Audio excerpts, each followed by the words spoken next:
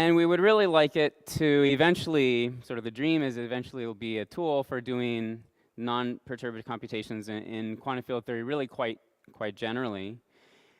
And in particular, one of the things that's appealing about it is it can be formulated without reference to Lagrangian description. And so it really fits in nicely with the Bootstrap philosophy, where instead of thinking about quantum field theory in terms of Lagrangians, we think of them as being sort of centered around conformal field theory. And so if you can formulate your quantum field theory, if you know it has a UV CFT fixed point, and you can get the non-conformal theory by deforming it with a relevant deformation so that the QFT you're interested in is basically this RG flow from the CFT, then you can apply Hamiltonian truncation to this setup. And all you need to know is all of the UV CFT data. So if you study the UV CFT in enough detail, then you can also solve the quantum field theory. So in this case, the Hamiltonian with this structure is the Hamiltonian for the CFT itself plus the term coming from the deformation. So the relevant deformation, just some local operator with dimension less than space-time. And the reason you can do this is if you have this structure, then all of the matrix elements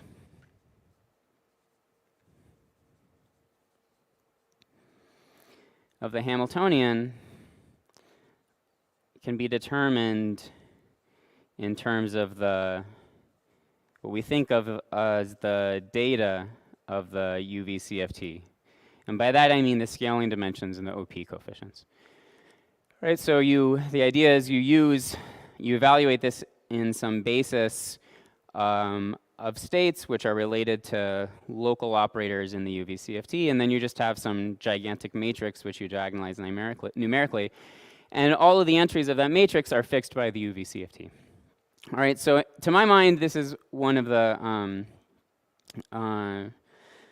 great applications of the conformal bootstrap. Why one of the most compelling reasons to study conformal field theory is because, in this sense, if you understand conformal field theory well enough, then you really understand quantum field theories, which are not conformally invariant more generally. All right, so that's kind of the goal, and then.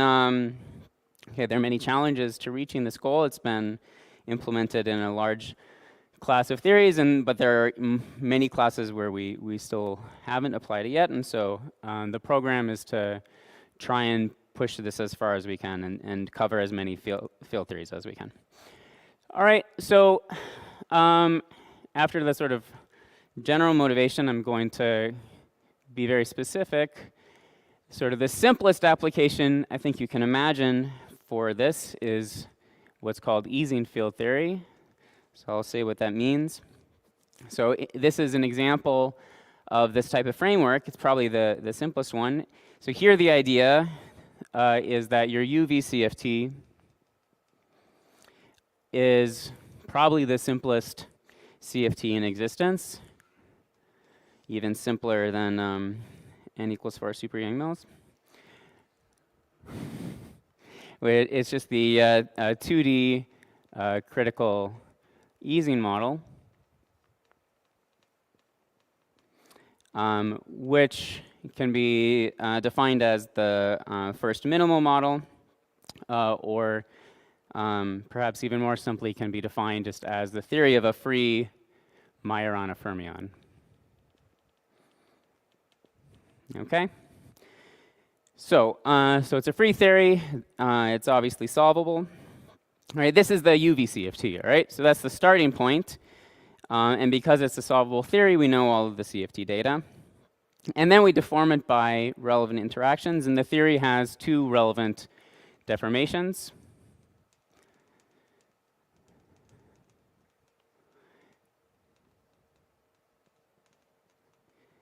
There's one which is very simple in the fermionic language. It's the epsilon operator, which is just a fermion mass term. and this has scaling dimension 1. And then the other one is the spin operator, which does not have sort of a simple description in Lagrangian terms. It cannot be written as a product of the fermions. And so what's nice about this is, in that sense, it goes beyond sort of the Lagrangian framework. It's an operator which can't just be written as Lagrangian of psi and psi bar. Okay? All right, so this is a very nice sort of sandbox to try out new ideas for Hamiltonian truncation. And it's also interesting in its own right, this whole space of field theories that you get by turning on these two deformations is what we call Ising field theory. And one of the goals is to calculate observables in that theory as widely as possible. So let me just write down, we'll write it out explicitly. The Hamiltonian is the CFT Hamiltonian, which is this. And then and then we turn on the two interactions. And so here I'm going to allow myself to work at finite volume. So R parameterizes the size of space. And then there's one parameter which is the coefficient of the epsilon operator, and then there's another parameter which is the coefficient of the sigma operator. Okay? All right, and so this is Ising field theory. Ising field theory is this theory with these two free parameters. If you're working in infinite volume, then there's only one dimensionless ratio that the theory depends on. And a commonly used way to parameterize that dimensionless ratio is the variable eta, which is just this, m divided by g to the appropriate power to make it dimensionless. Okay? All right, so understanding the theory at infinite volume means understanding observables as a function of eta. And then it's also interesting to understand at finite volume, and then you have an additional parameter. Okay? All right, good. So that's the definition of theory. A lot is actually known about this theory. The Ising model, probably one of the oldest models in existence. And in particular, the vicinity of the critical point has been studied in detail for a long time. A lot of what we know about it was really pushed forward by Zamolodchikov in the 80s and 90s. So let me tell you sort of what was known about it since time immemorial. The simplest limit you can take is g equals 0. If you turn off the sigma coupling, then it's sort of trivial to solve it. So the epsilon operator is just a mass term, so you can see at g equals 0, it's just a free fermion. So it's sort of obvious that the theory is solvable.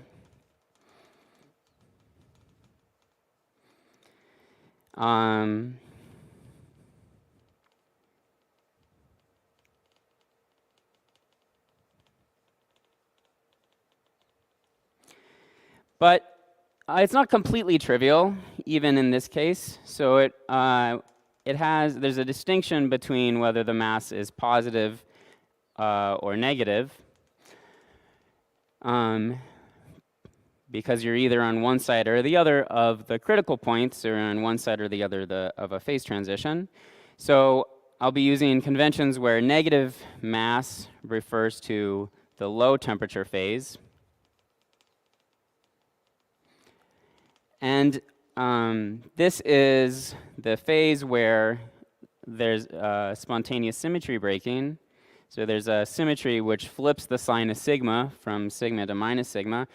And in the low temperature phase, that symmetry is spontaneously broken. And for m greater than 0, this is the high temperature phase. And in this limit, the sigma of ev is 0. All right. It's useful to think about the this limit in terms of the Landau-Ginzburg description of the phase transition.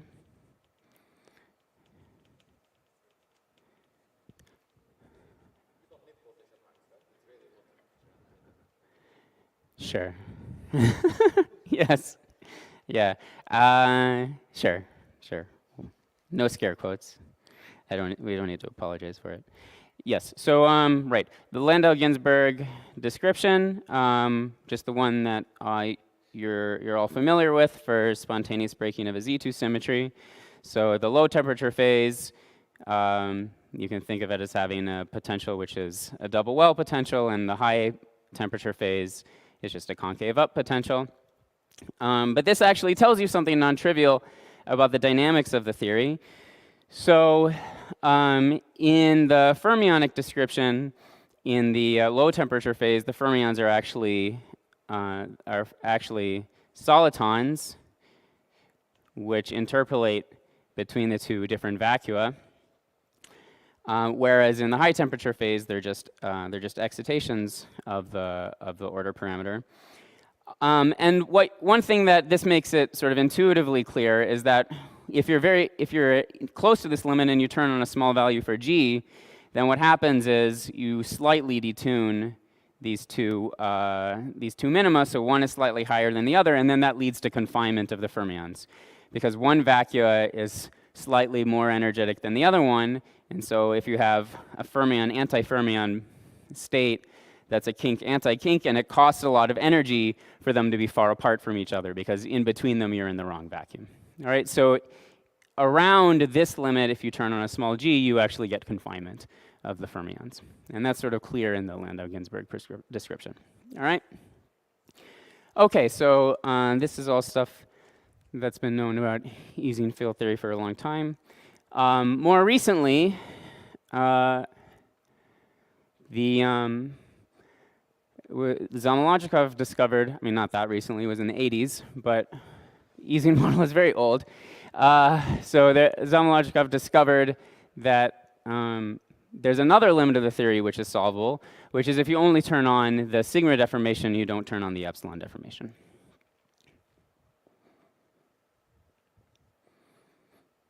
All right, so this is another nice limit to study because the theory is integrable. A lot is known about it exactly. In particular, the spectrum is known, the scattering amplitudes are known, the form factors are known. So, you have a lot of exact data to compare to. So this was, my understanding is this was kind of a shock when Zamolodchikov solved this limit in '87. And what he realized was that the infinite set occurrence in the Virasoro algebra are not all broken by just turning on sigma. In fact, there are higher spin currents which are preserved even under the sigma deformation. And that's what leads to the integrability of the model. So in this case, there are actually 8 stable particles.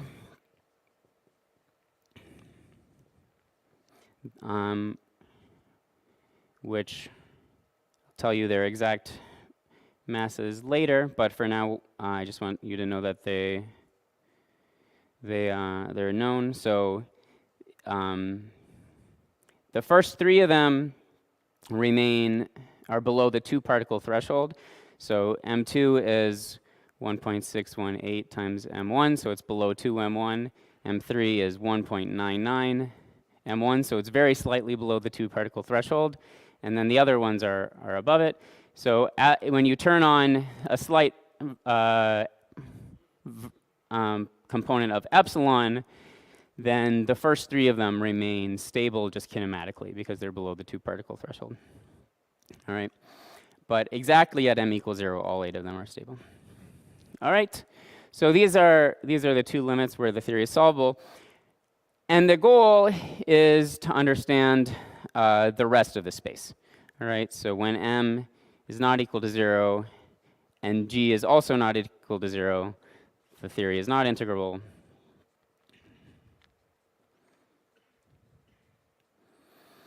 Okay, so as I mentioned, one observable to try and get is the form factor and the S matrix, and in particular, one goal is to try and get the inelastic scattering amplitudes.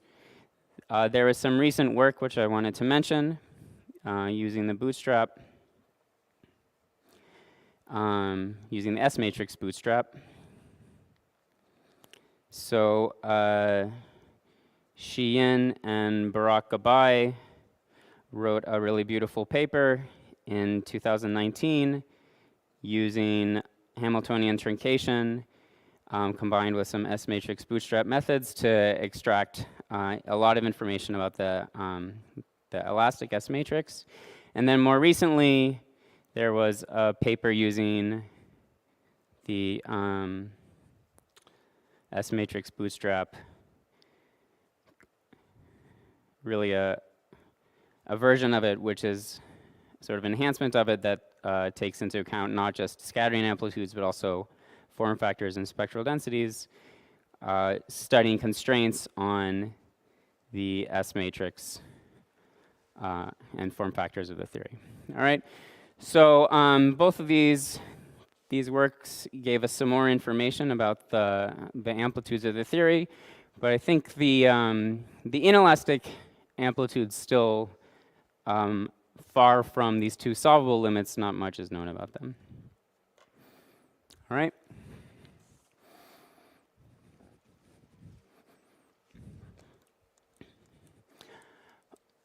Okay, so we want to implement light cone quantization. So let me say a little bit about why you would ever do such a thing. So first let me tell you what light cone quantization is. Many of you know this already, but it won't hurt to hear it again. So the idea of light cone quantization. To light cone quantization, you didn't mention that, okay, all is Molodchikov and Musardo, they studied this work with TCSA. And long before this recent papers, there's been a lot That's true.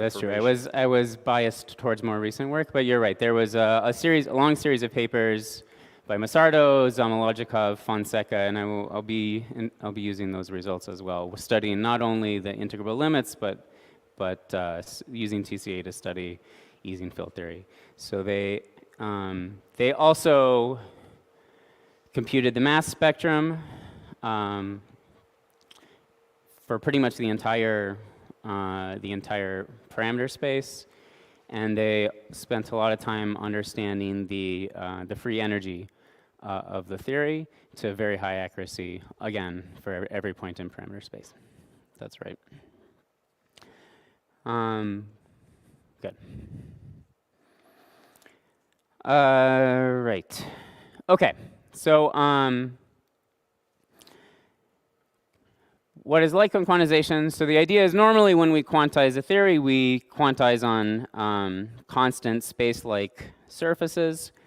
And then our Hamiltonian, we use time directions which are perpendicular to that space-like surface. Light cone quantization is the idea that instead of quantizing on a space-like surface, you quantize on a null surface. And so your time direction is this null direction. And your Hamiltonian is the generator of translations in that null direction.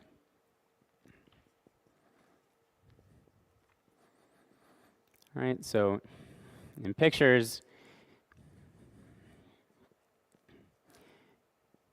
we're quantizing on this surface.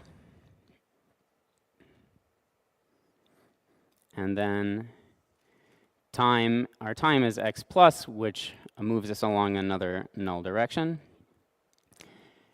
And our space is the perpendicular null direction, which is space in light cone quantization, and momentum is the generator in that direction.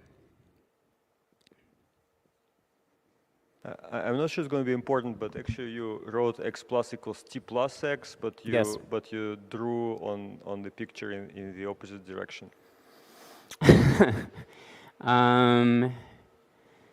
Yeah, yeah. All right. No, it's not important. But all right. So good. So this is the Hamiltonian we use in light cone truncation. One thing that's nice about it is because you're quantizing on null surfaces, you preserve the quantization surface preserves boosts, unlike standard equal time quantization. And you can write so the Hamiltonian is simply related to Lorentz invariant quantities. So in particular, there's what's called the mass squared operator, which is p squared, which in light cone variables is 2p plus p minus. And so since p minus is the spatial momentum, it's basically just a constant. Because of conservation of momentum, the Hamiltonian will never change it. So you can treat it like a number. And so p plus is just very simply related to the Lorentz invariant mass squareds. Okay, so that's one thing that's nice about it is that boosts act simply. Probably more important reason that light cone is useful is that it removes a bunch of annoying diagrams.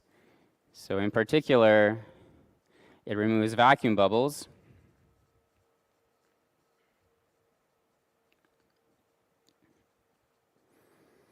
And this is just a kinematic fact, which follows from this formula for the spatial momentum. So here's a simple example. Here's one vacuum bubble. All right, so think about this moving from time sweeping from left to right. So you start in the vacuum. Then you have particle production of a particle-antiparticle pair, and then some later time they annihilate. And the reason that this bubble cannot exist in light cone quantization is because by momentum conservation, one of the two particles has to have positive momentum, the other has to have negative momentum. But momentum is always positive in light cone quantization. It's E plus P.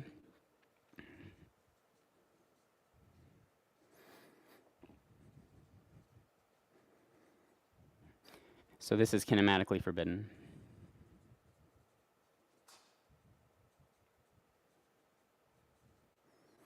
All right. Good. So this leads to the statement that the vacuum in light cone quantization is not renormalized.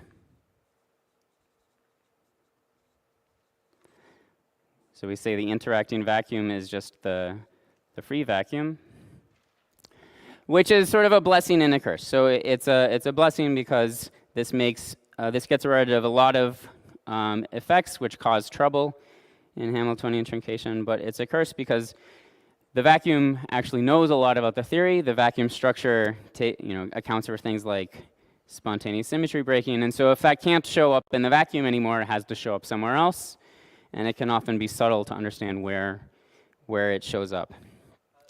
Yes?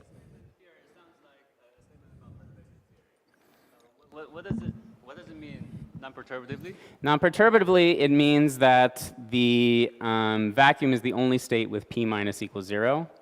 And so there's nothing for it to mix with through the Hamiltonian. I was referring to the statement about removing vacuum bubbles. Right. Since you're saying that this is the reason why it's a simplification, or in which in that way it's useful, but non-perturbatively.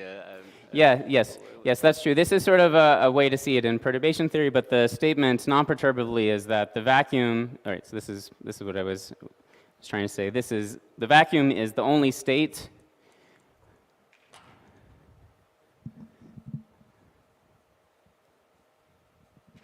with p minus equals 0. And so the Hamiltonian preserves p minus, and so it just has no entries. It just doesn't mix with any other state. So it's in its own selection sector. That's the non-perturbative statement. But yeah, so this is I still think there's some useful intuition for thinking about what's happening, but yes, this is really the exact statement. All right. So what are these subtle effects that know about what happens to the vacuum, since the vacuum doesn't change? And in general, these effects show up as new interactions in your Hamiltonian. All right? So the more precise statement than this is that, so here I somewhat pulled a fast one. You can also have other states with p minus equals 0, and in light cone we get rid of them. And the idea is for states with p minus equals 0, their energy is infinitely large, and so they're infinitely heavy, and so you should integrate them out of the theory. All right, so what that means is it's not quite correct to just drop the zero modes. Rather, what you're supposed to do is integrate them out, and they can generate new interaction terms in your Hamiltonian. And so the way you should think about what light cone quantization is that light cone quantization is the effective theory of the infinite momentum frame.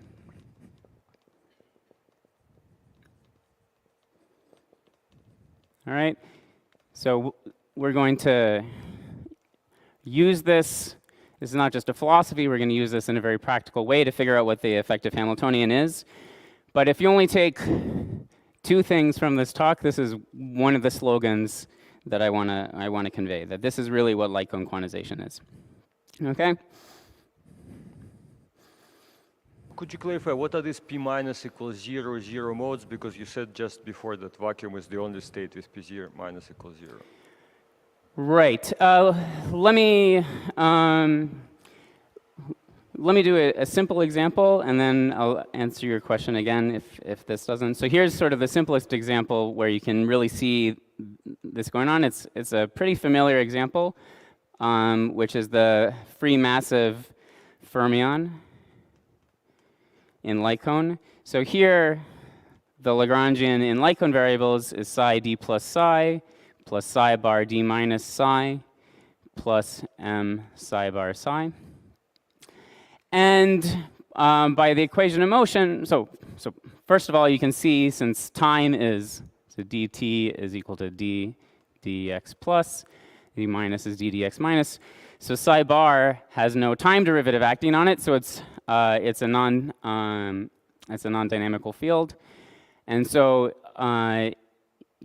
in the absence of the mass term, it just has d minus equals 0. So it's a p. So it's only the antichiral component is only p minus equals 0 modes in the CFT. And so what you're supposed to do, because it's an auxiliary variable, is you're supposed to integrate it out.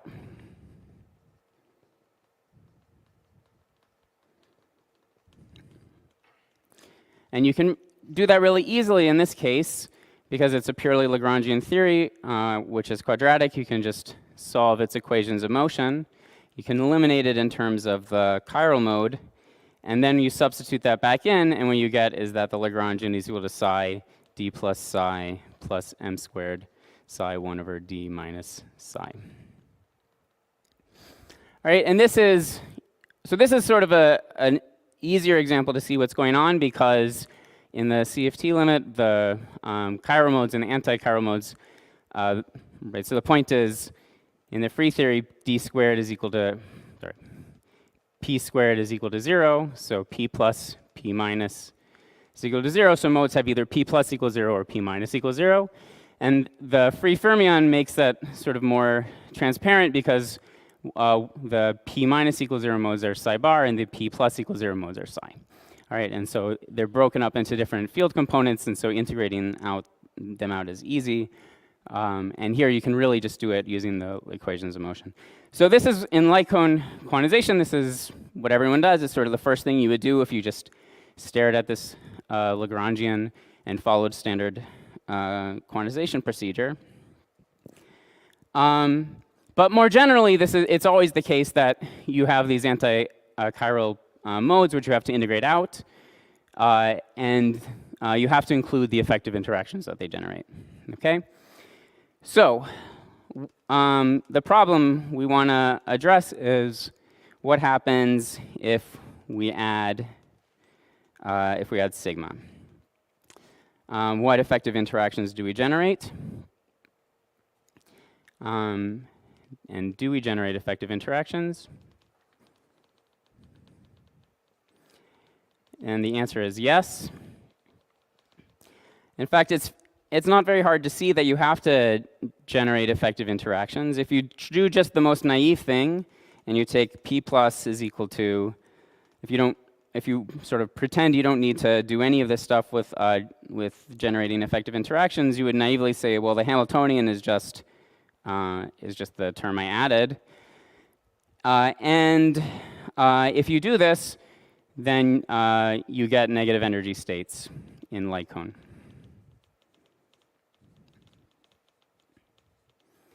All right, and that's not possible because that means you have states which are lower than the vacuum, low energy than the vacuum. And this is usually, negative energy states are usually how in light cone quantization you see that you're missing some effective interaction term. It's sort of the way that the fact that the vacuum is getting changed in some qualitative way, the way it shows up in light cone is if you don't take that into account properly, you get negative energy states. Yes? Before we add sigma, is the integration out of, integrating out of psi bar, is that correct or not? What are you worried about?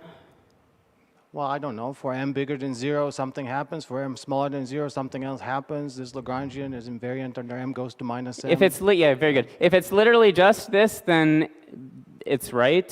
So at the level of the spectrum, you don't really see the difference between positive and negative mass. It's still just a free fermion in both phases, and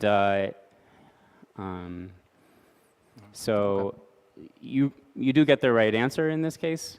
So I don't think there's anything wrong with this. But once you start adding other terms, then you start to see that you really have to turn on right. If you're only looking at the spectrum of particles, then this is really just a free fermion in both phases. What about the co-degeneracy of the vacuum? What about that? Yeah, the question was, what about the twofold degeneracy of the vacuum? I guess you would, for instance, you would want to be able to compute the expectation value of sigma, and this doesn't tell you how to do it. So in some sense, even this is missing something. That's true. But okay. So the whole point of this talk is what to do once you add sigma, and we'll see what happens in how some of this information is conveyed.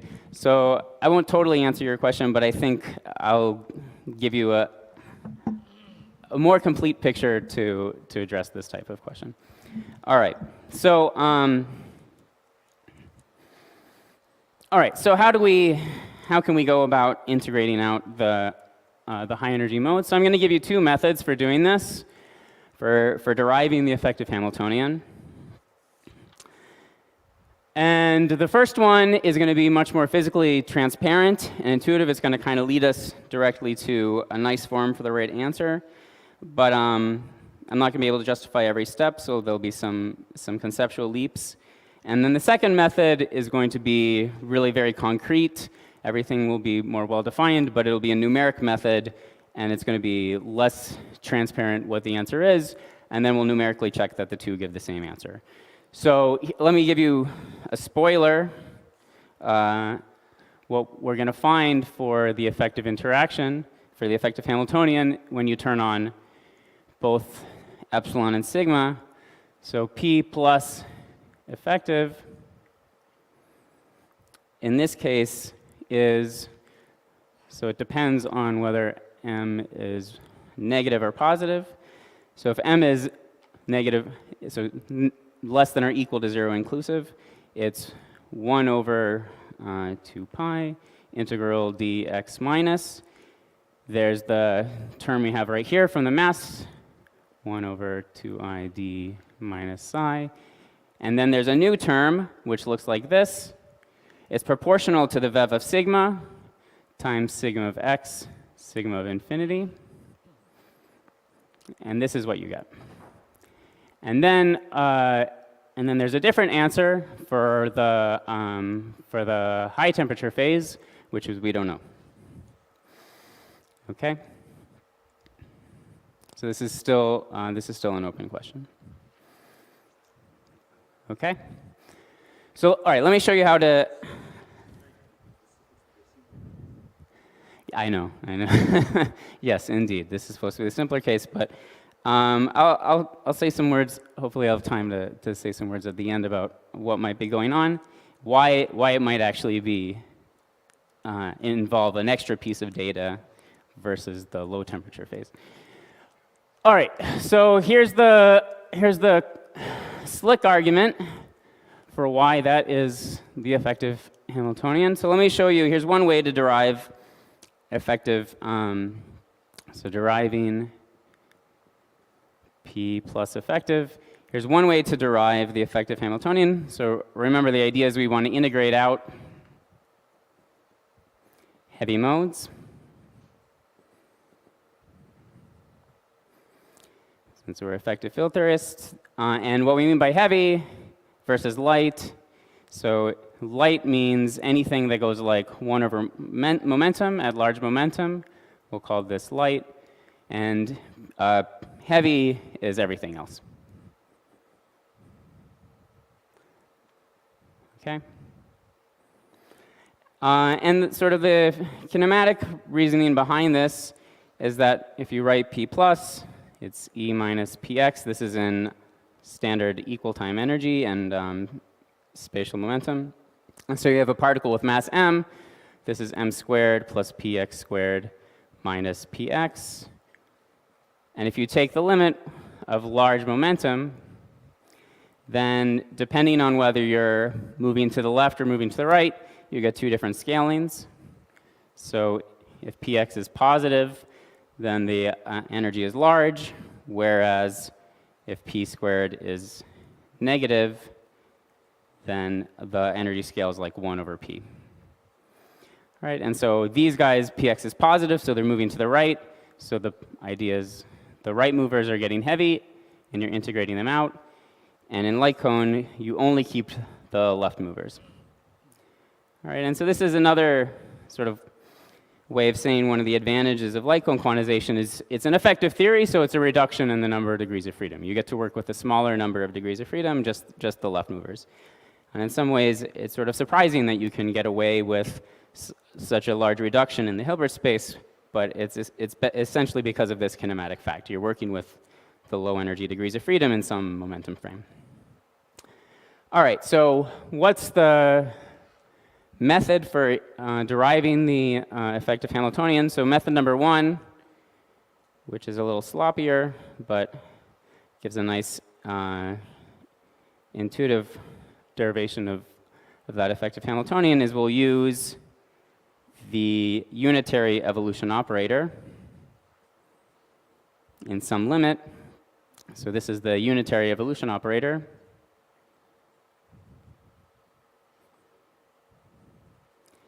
And by that I mean just the standard unitary evolution operator, which is e to the I p plus in the undeformed theory, e to the minus I p plus in the deformed theory. So p plus interacting is equal to p plus CFT plus v, and v is equal to integral dx minus sigma of x times g. And by sort of standard arguments, this is equal to the time ordering of the exponential of the interaction.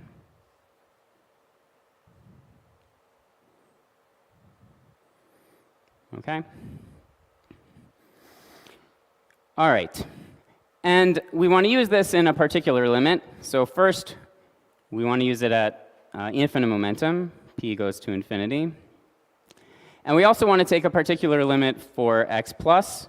So we want to take x plus to be much greater than 1 over the p plus energies of the heavy modes.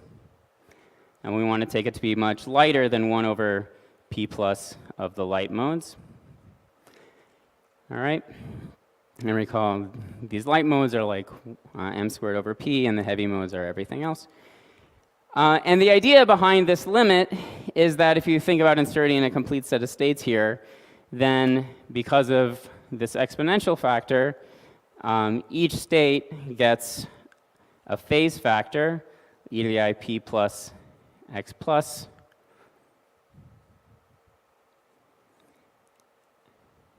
And this is very rapidly oscillating in this regime for the heavy modes.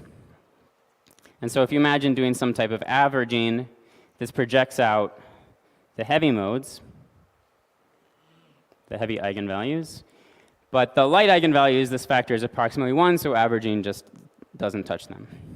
Okay?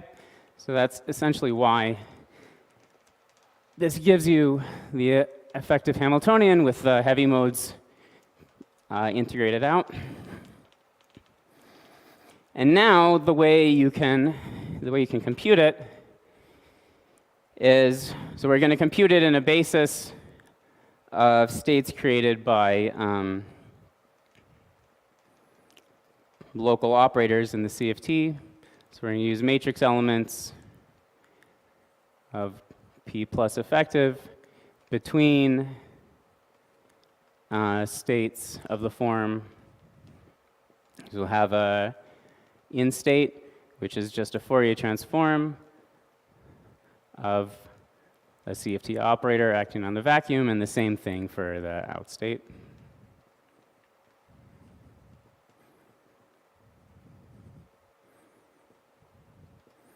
Okay.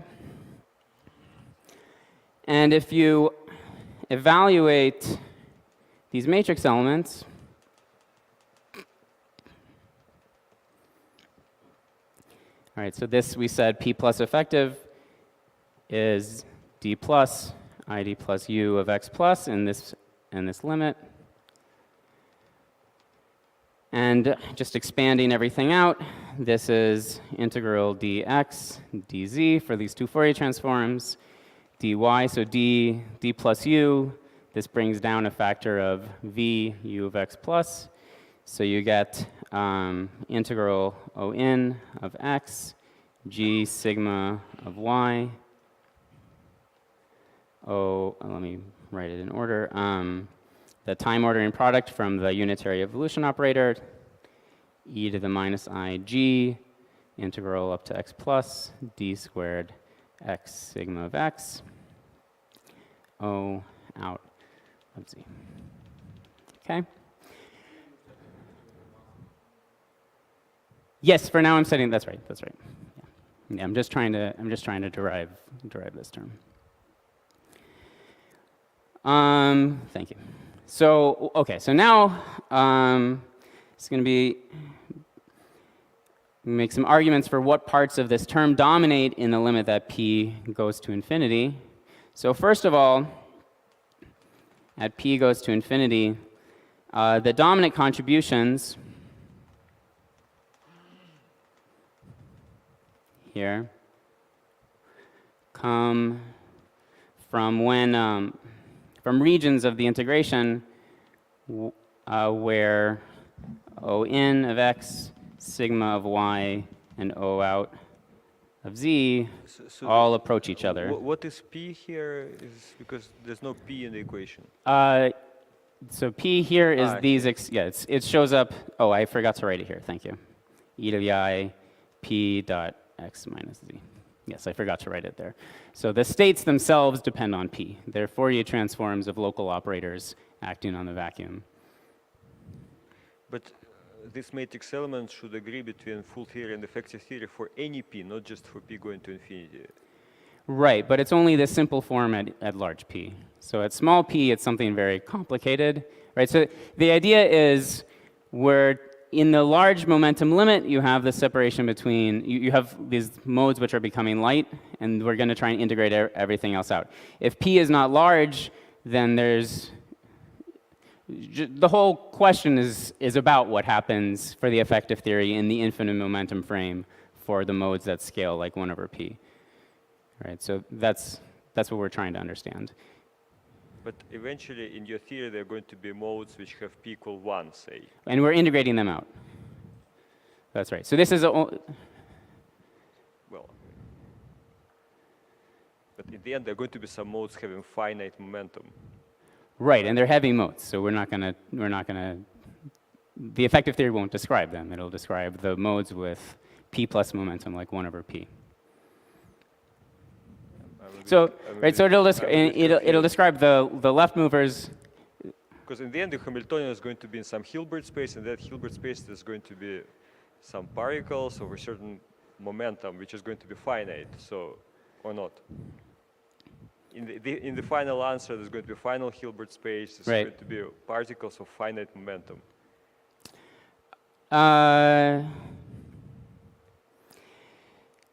Yes and no. So, strictly speaking, no. They'll be at infinite momentum. But one of the things that happens is at infinite momentum, you get an emergent Lorentz invariant of the effective Hamiltonian, which is boost invariant, and so the theory is invariant under boosts. And so, in that limit, you can sort of rescale momentum by any amount, right?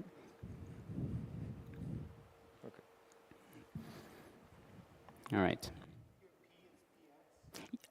Yes, that's right. I should have been more clear here. Right. So the idea is we're starting with the theory defined in equal time. So px is the standard spatial px, and we're taking that very large.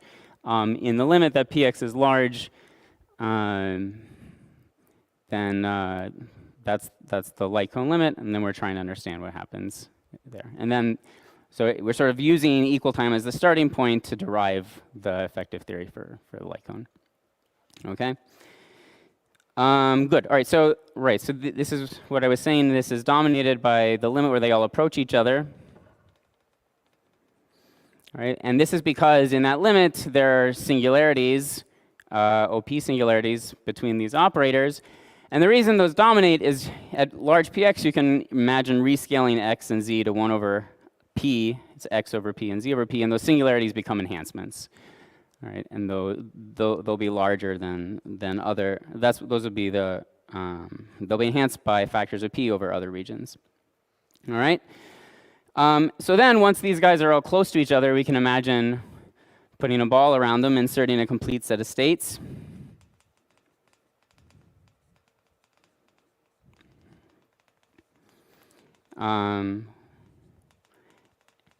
Right, and then I'm going to separate out the contribution from the state created by sigma plus everything else, because this is going to be, again, at large momentum, this is going to be the state that dominates. And roughly the reason for that is, if you compute, again, let's go back to this formula for p plus effective. This is like integral dx, dy, dz, e to the I p dot x minus z, O in of x, g sigma of y, O out of z. And then we insert our complete set of states. Then we have the time ordering e to the minus I g integral up to x plus d squared x sigma. All right, and now if you just stare at this formula for a while, and then plus higher order states, and at the limit of large p, those higher order states will be higher dimension than sigma, and so they'll be suppressed by additional powers of p. So this will be the only one that, the leading contribution at large p.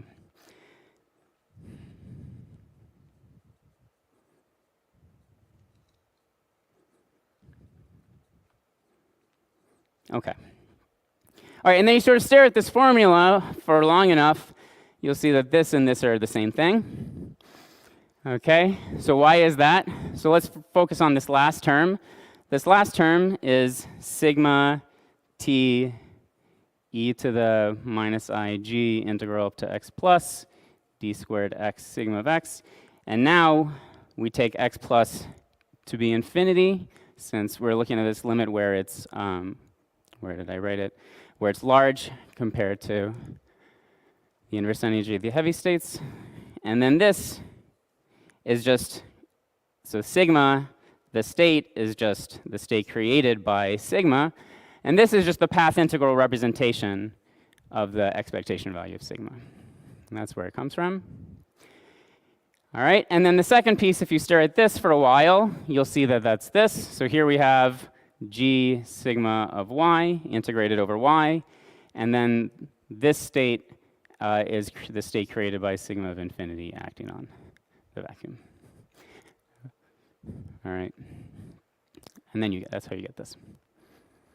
Okay, so this is the slick derivation of this effective interaction. All right, so I made a number of leaves there. If you asked me to, I think this probably could be turned into some, it could be cleaned up, but instead what I'm going to do is I'm going to turn to another derivation of the effective interaction. So before you do that, Liam, Yes. so here, which property of sigma was important? Like, is the scaling dimension important? Yeah, the important thing was that, so here, O in and O out, they're chiral descendants. They're all descendants of the vacuum. So sigma times descendants of the vacuum will only create states which are in the Verma module for sigma. So all of these states are sigma plus descendants of sigma. So sigma is the lowest dimension state that shows up. That's what's special about it. And then if you do boosts, everything is scales by its dimension to why the peak external dimension. states must be descendants of the vacuum? Can't you have? Why did the, well, I mean, okay, very good. So this is a question about which states you're supposed to use for your basis states. And the simplest way to say it is we're using the same basis states we used for the mass term. We're just going to use the psi modes, only the chiral modes. Okay. And so those are all things which are just chiral descendants of the vacuum. That is less innocent than it sounds. The way maybe I would put it more generally is that when you write in effective theory, one of the key components is figuring out what the right low energy degrees of freedom are. So really, in some sense, this is a guess. But those are the rules of effective theory. You guess what the right low energy degrees of freedom are, and then you write the effective action for them, and then you check that it's right. Okay?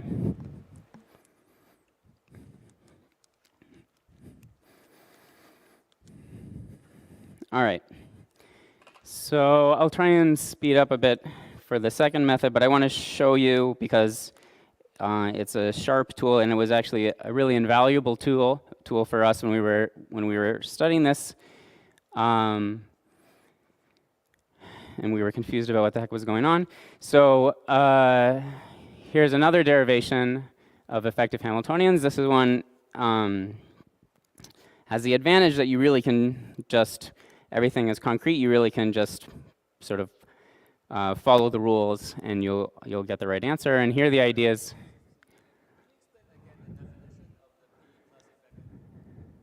The definition of P plus effective. Let me write this. This is going to be another definition of it, which might it's equivalent to the other one, but it might resonate with you a little bit more. And then I think. How are you supposed to use this P plus effective, this expression? What's the algorithm? I mean, in what sense once is it you have effective? this, yeah, you're supposed to, well, okay, you compute the matrix elements of this in a basis of states created by chiral operators, and then you diagonalize it, and then that's the Hamilton. What does the word effective mean here? Is there some cutoff involved? It means that we integrated out all the right moving chiral fermions.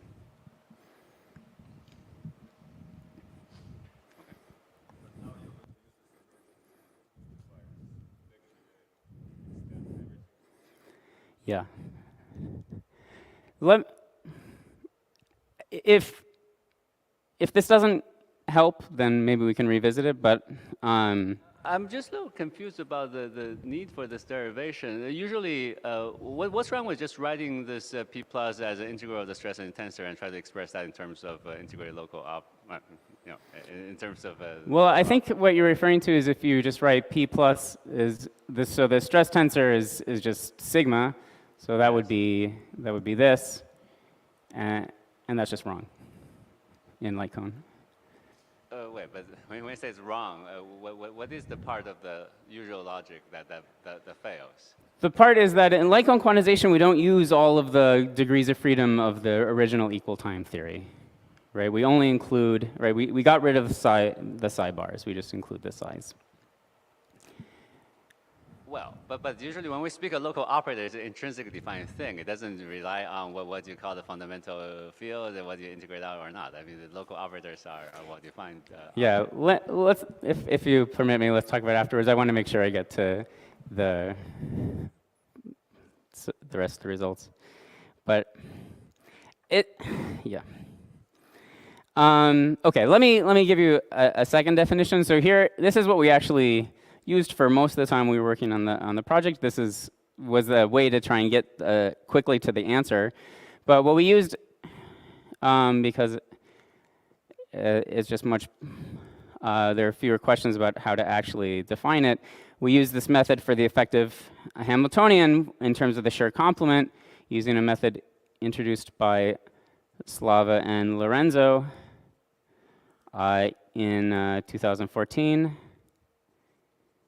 All right, and so here, the idea is we're going to split up our basis states into, so these are eigenstates now of the CFT Hamiltonian. And we're going to split them up into light states and heavy states. And by light, the light basis states are just going to be anything which is some number of psis with derivatives acting on the NS vacuum. And heavy is everything else. Okay, so anything with a psi bar, anything in the Ramon sector, everything that isn't purely chiral. Okay, and then this is just splitting up the Hilbert space of the CFT, and then we can take the Hamiltonian and we can split it up into different blocks for the light modes and for the heavy modes.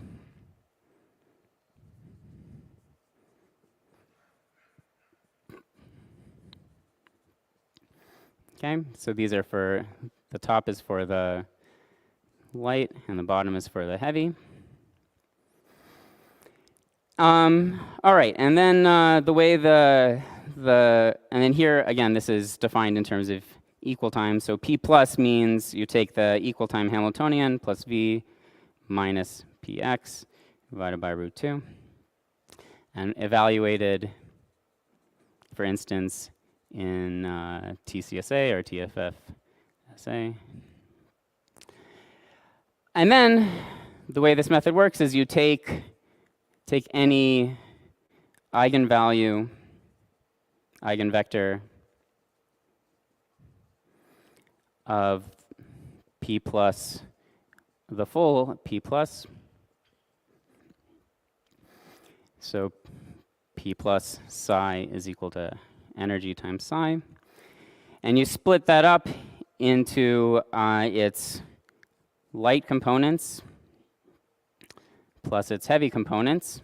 So this is sum on CL times the light components plus sum on CH times the heavy components. And if you write this eigenvalue equation, so now this you can break it up into two different pieces. One piece is the light component piece.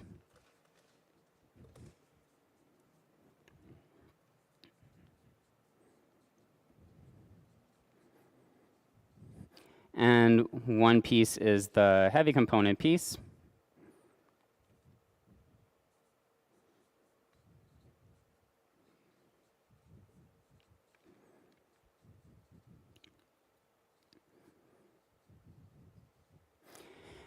And now you can use B to eliminate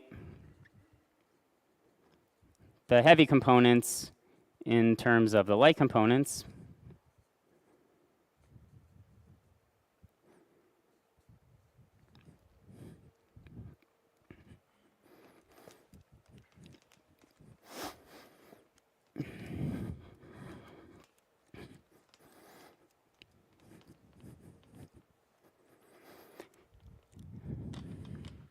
And what you get, then you substitute that back into A, and you get the following equation, which is P plus light light minus P plus light heavy, 1 over P plus heavy heavy minus epsilon, P plus heavy light, psi is equal to epsilon psi. And now we're going to take large P, so we're going to expand in small epsilon. And the idea here is that epsilon is equal to m squared over 2p, so this is going to 0 at p goes to infinity. So the reason to do this expansion was a little different from the reason to expand in small epsilon and what Slava Lorenzo did. Here, it's that these are literally going to 0 as p goes to infinity. Okay? And if you do that, then when the dust settles, you get, all right, let me write it out. So you expand this out. There's a second order term here, epsilon times p light heavy, 1 over p heavy heavy squared, p heavy light times psi, plus order epsilon squared, which you can drop. And we define this to be equal to z minus 1. And so these two terms combine into something z times psi. And to get rid of this, you can just do a basis change and rescaling. So you define psi tilde is equal to z to the 1/2 psi light. And then the final result you get is z minus 1/2 p plus light light minus p plus light heavy, 1 over p plus heavy heavy, p plus heavy light, z minus 1/2 psi tilde is equal to epsilon psi tilde. All right, so this is another derivation of p plus effective. The advantage of this is it's supposed to be equivalent to the other one. The advantage of this is you can just calculate all these things in TCSA. There's really no question about what to do, but you do it numerically. Okay, you just plug all these things in. And in fact, I've sort of presented things in the opposite order from how we did them historically. So we spent a year computing this thing and staring at it and trying to understand what it meant. And eventually, little by little, we saw that it had this form. Okay. All right, but I presented the logic in the other order to hopefully make it seem less mysterious. All right. So About the G sigma sigma sigma term, how does dimensional analysis work for that term? good. It's because this is really, you should think of this as sigma mapped to conformal infinity. So if you do, because of that, right. So really what I mean by sigma of infinity, I mean limit x goes to infinity, x to the minus 2h, minus 2 delta sigma of x. So this and this have opposite Cancels dimensions. the dimension of sigma. That's right. So it's a dimensionless quantity. Yeah, good question. Okay. All right. Good. All right. I guess I'm almost out of time. Sorry, I have a question. Yes. Where did you use the fact that the mass was negative to get this derivation? I did not. And so what's the problem? And that it has to do with the fact that so this always works, as far as we know. It works on both the low temperature and the high temperature side. So you can compute the effective Hamiltonian this way, and you reproduce the low temperature and high temperature results. But it only gives this on the low temperature side. So this argument, the slick argument, was not right for the high temperature side. Okay, so there's some fast parts of that derivation, and for the high temperature side, it's actually wrong. Okay, all right. But this thing, the nice thing about this is you can just use it, and I think it just always works. Okay, so let me give you quick numeric results. All right. So first, let's do case 1, m equals 0, g not equal to 0. So here we can compare to a bunch of integrable results. Liam, can you give a bit more details about this numerical method? Because the logic seems to be a bit different from what we had with Lorenzo. So in our case, you could basically get already a good answer, like not taking the second term into account. Yeah. And then we just wanted to improve. We wanted to do better, and then we would compute this term and some approximation, and then things would become better.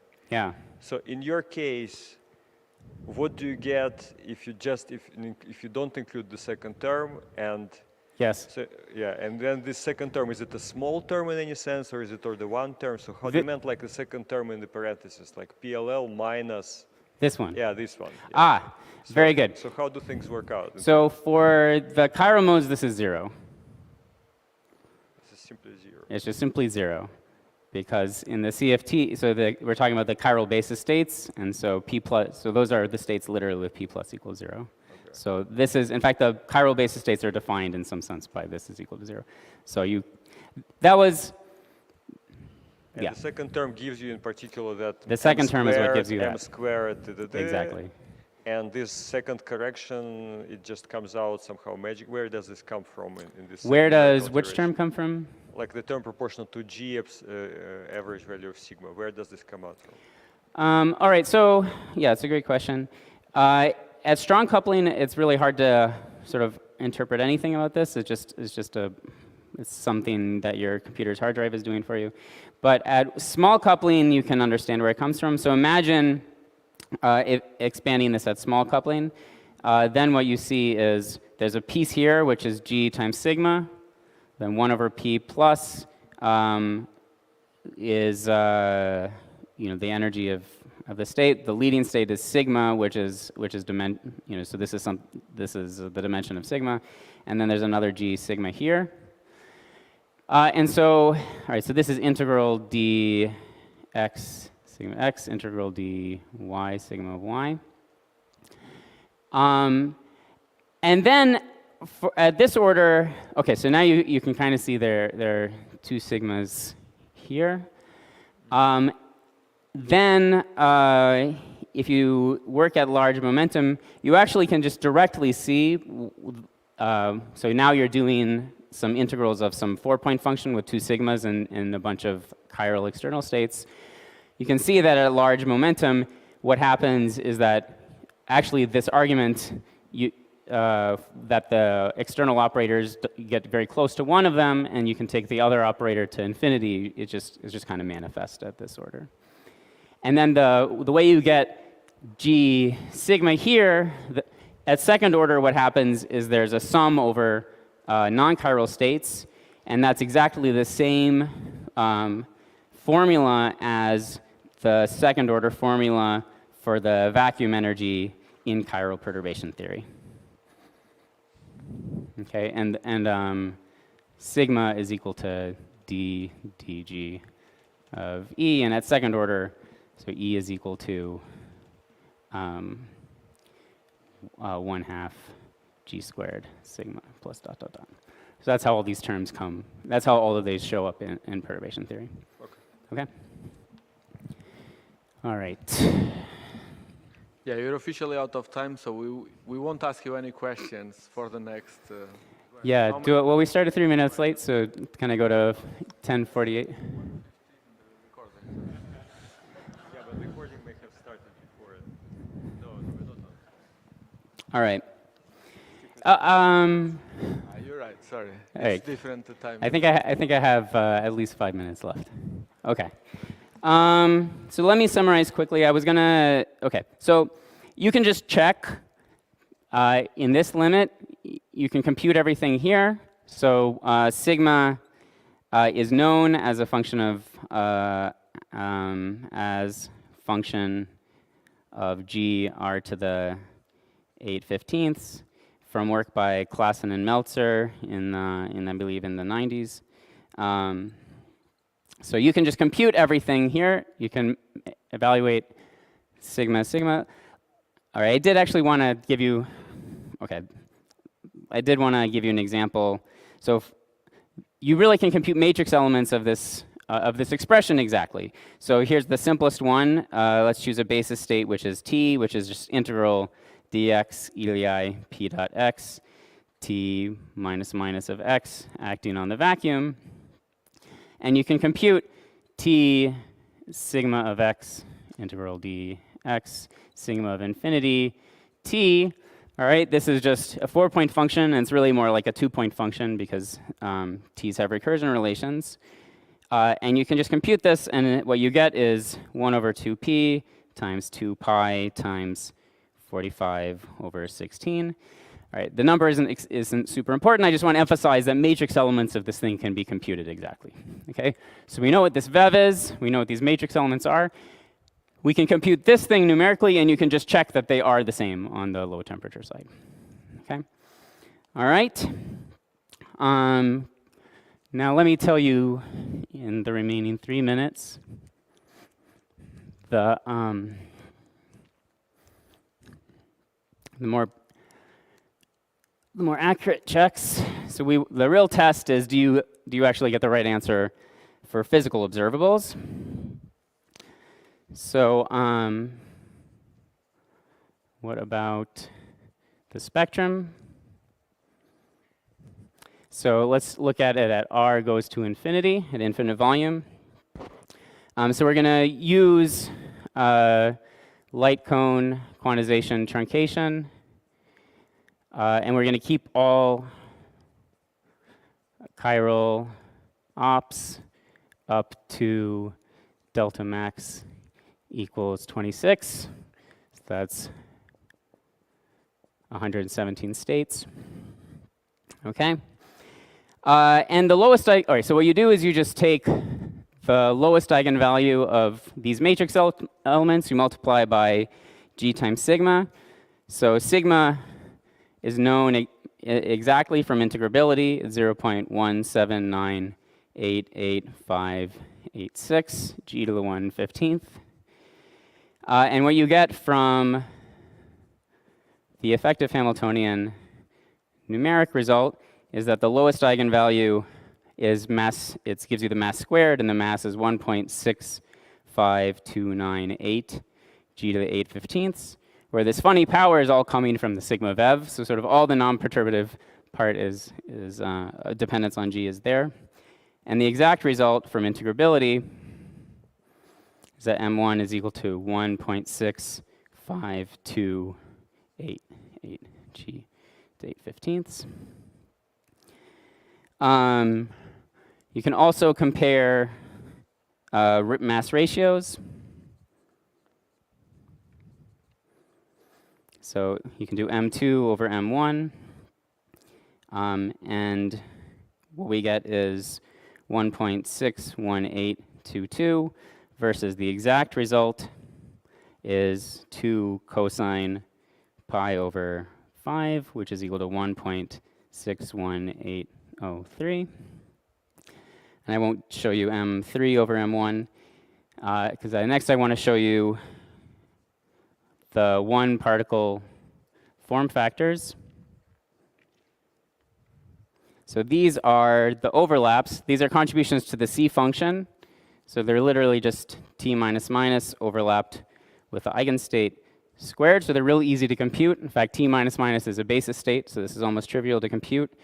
And so what we get numerically from M1, the contribution is C1 is equal to 0.472038858.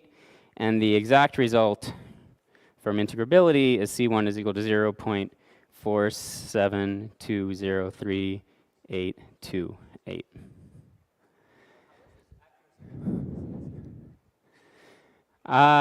Let me, for the C1s, I don't actually remember, but I'll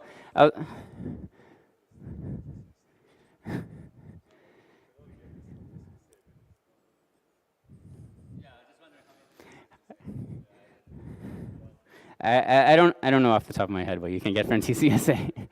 All right, and then all right, I won't show you M2 and M3. M2 is still pretty impressive, and M3 you get to about 10%. Sorry, C3. Okay, So great. So it definitely is working.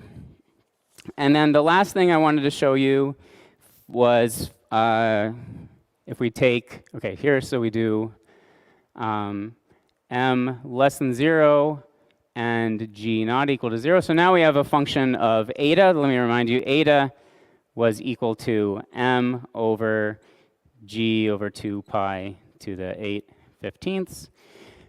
Okay, and so here's what you get from TCSA versus from light cone quantization. So here is m1, m2, the first and second masses, and then there are 1 particle form factors for C1 and C2 as a function of eta. So from small eta, about 1/10 up to 10.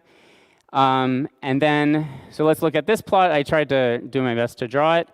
So the blue curve is what you get from light cone quantization. And the red curve and the black curve are what you get from TCSA. The reason there are 2 TCSA curves is because in TCSA you have more parameters to choose. You have the truncation to take, you have the momentum frame to work in. So one of the things we learned was that even in TCSA you get better results if you go to a boosted frame. And then you also have to choose the volume. So one curve we've optimized those parameters to do very well at small eta, and another curve we optimized them to do well at large eta. And so you see that one curve almost meets, one TSA curve almost meets the other curve, and the light cone truncation result goes smoothly between them. T, thank you, I didn't say what T was. T, it's just a nice way of combining G and M into a quantity with units of mass, which doesn't vanish in either limit. M goes to 0 or G goes to 0. So just to make a dimensionless ratio. And then again, here's the C function, the same thing. So you see that for TCSA, you kind of have these 2 curves which kind of meet in the middle, and TCSA just smoothly goes between them.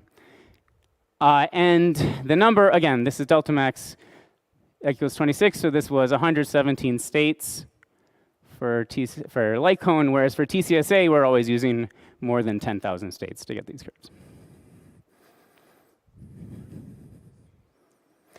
Where do we get what?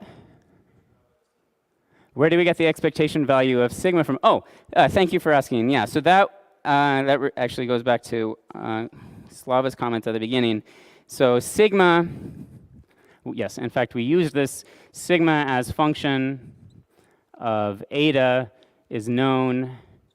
There was some work by, it was Zamolodchikov and Fonseca. Fonseca and Zamolodchikov in 2003. And they got extremely high precision results for sigma, sort of for any value of eta. So we can just plug that in. Yes, that's right. Yeah. So, okay. So you put this one piece of information in, and then, yeah, and you get the rest out. All right. So sorry for going over time. Let me end there.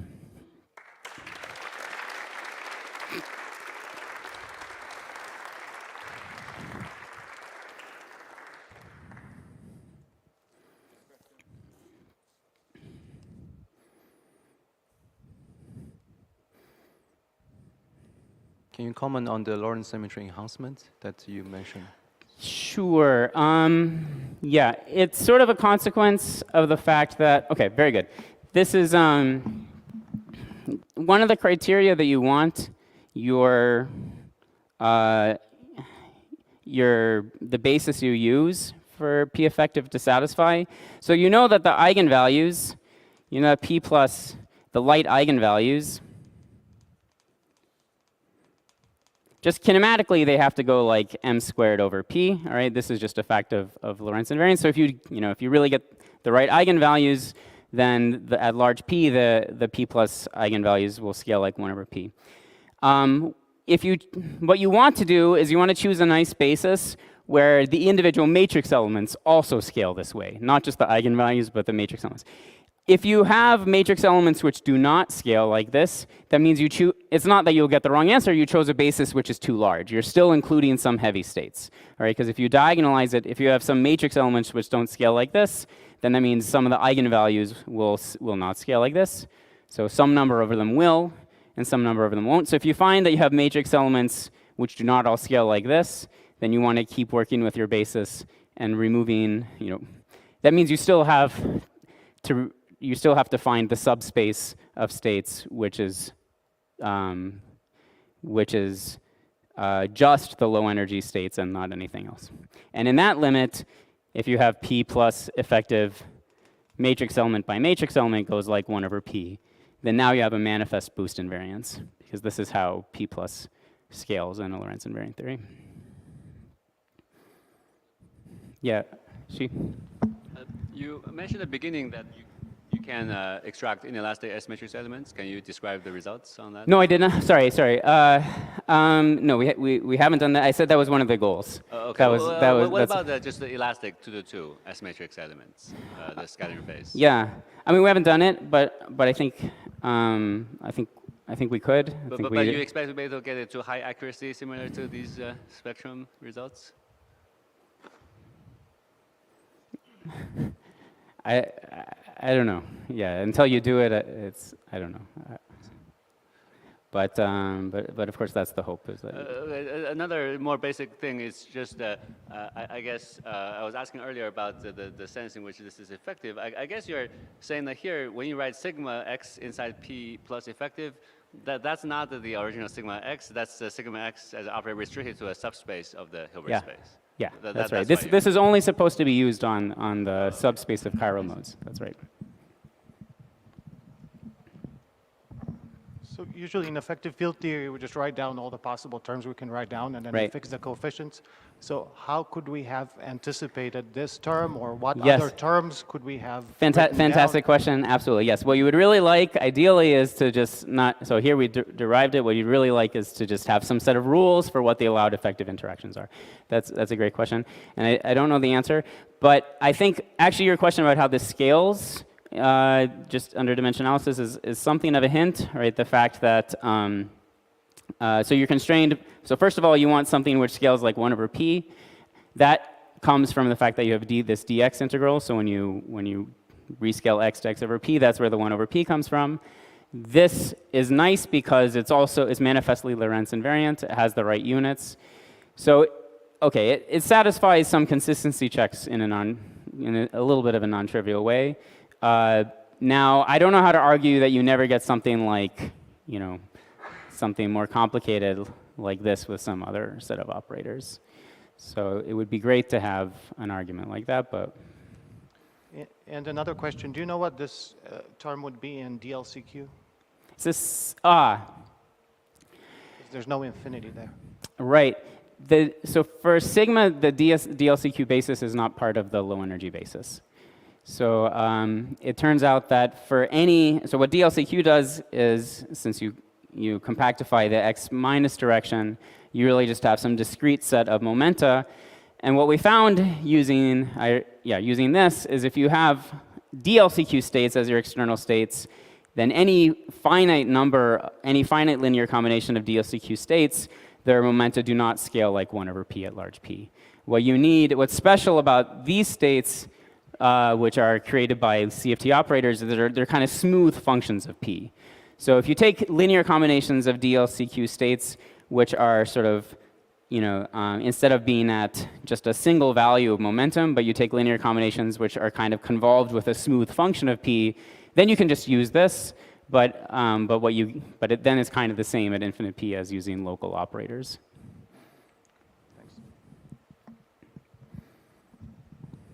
Okay, so let's thank Liam again for the